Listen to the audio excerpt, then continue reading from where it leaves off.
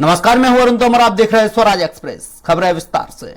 चुनावी राजनीति में जीत का सबसे अहम पैमाना जाति को ही माना जाता है, लेकिन मध्य प्रदेश के विधानसभा चुनाव में ठाकुर ब्राह्मणों की केमिस्ट्री में जाति का ये गणित फेल होता दिख रहा है।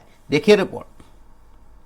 अभी राजनीति में जीत का सबसे अहम पैमाना जाति को ही माना जाता है, लेकिन मध्य प्रदेश के विधानसभा चुनाव में ठाकुर ब्राह्मणों की केमिस्ट्री में जाति का ये गणित फेल होता दिख रहा है। 14% से भी कम आबादी वाले सामान्य वर्ग को 37% उम्मीदवारी मिलती है। यानी अभी से तय हो गया है कि सरकार चाहे किसी की भी बने, सत्ता का सबसे बड़ा शेयर संवर्ण जातियों के पास ही होगा।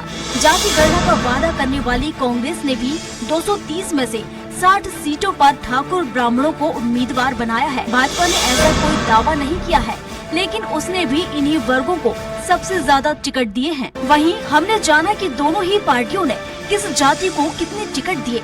एक्सपर्ट से समझा कि यदि जाति के आधार पर टिकट मिलती है तो फिर ठाकुर ब्राह्मणों को सबसे ज्यादा टिकट कैसे मिल रहे हैं। सबसे पहले समझते हैं कि जाति के ये आंकड़े कितने भरोसेमंद हैं।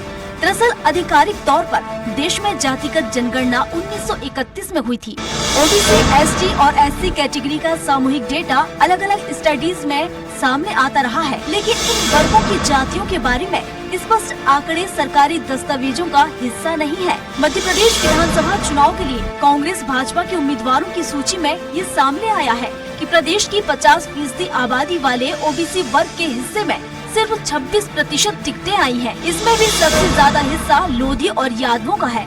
दोनों पार्टियों की तरफ से सबसे ज्यादा टिकट ठाकुर ब्राह्मणों को ही मिले हैं। एसटी, एससी को उतनी ही टिकटें मिली हैं जितनी सीटें रिजर्व हैं। मध्य प्रदेश पिछड़ा वर्ग आयोग की कोर्ट में पेश रिपोर्ट के मुताबिक प्रदेश में 50.09% ओबीसी है, 21.1% आदिवासी और 15.6% एससी हैं। विधानसभा में 47 सीटें एसटी के लिए और 35 सीटें एससी वर्ग के लिए रिजर्व हैं। मीडिया रिपोर्ट्स के मुताबिक 7% मुस्लिम है। हालांकि राजनीतिक विश्लेषक इन आंकड़ों पर भरोसा नहीं करते। वे कहते हैं कि संवर्ण आबादी 24% से ज्यादा है। एक यूनिवर्सिटी के शोध का हवाला देते हुए राजनीतिक विश्लेषक कहते हैं कि देश में 55% लोग अपनी जाति के उम्मीदवार को ही वोट देते हैं। मध्य प्रदेश में ये प्रवृत्ति राष्ट्रीय औसत से भी ज्यादा है।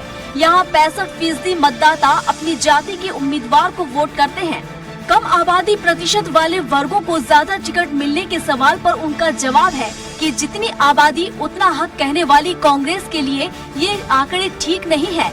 इसे ऐसे भी समझ सकते हैं कि मध्य प्रदेश में 7% मुसलमान है, लेकिन कांग्रेस ने उन्हें सिर्फ 2 टिकट दिए हैं।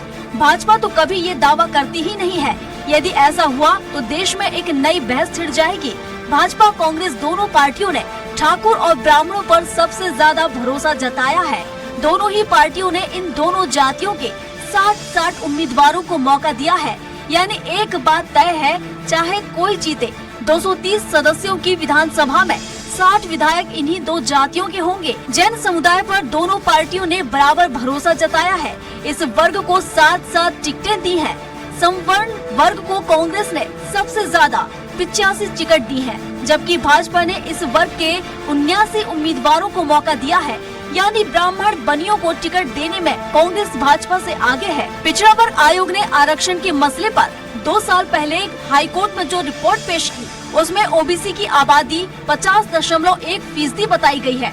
हालांकि जातियों के आंकड़े सार्वजनिक नहीं है, लेकिन दोनों पार्टियों ने सबसे ज्यादा टिकट लोधी, यादव, कुर्मी और कुशवाहा जाति के उम्मीदवारों को दे दी है। उमा भारती की नाराजगी के बाद भाजपा ने सबसे ज्यादा 11 लोधी उम्मीदवार उतारे हैं। कांग्रेस ने लोधी और यादव समाज को बराबर 7 सीटें दी हैं। ओबीसी कैटेगरी में भाजपा ने कांग्रेस से ज्यादा टिकट दिए हैं। भाजपा ने 68 टिकट पिछड़ा वर्ग को दिए हैं, जबकि कांग्रेस ने 60 को। अनुसूचित जाति वर्ग के लिए मध्य प्रदेश में 35 सीटें रिजर्व हैं। दोनों ही पार्टियों ने एससी कैटेगरी में उतनी ही सीटें दी हैं जितनी रिजर्व हैं। यानी सामान्य कोटे की सीटों पर कहीं भी एससी वर्ग को टिकट देने से परहेज किया गया है। इस वर्ग में सबसे ज्यादा टिकट खटीक और अहिरवार जाति के उम्मीदवारों को मिली है। कांग्रेस ने 14 अहिरवार को टिकट दिया है, जबकि भाजपा ने 8 को।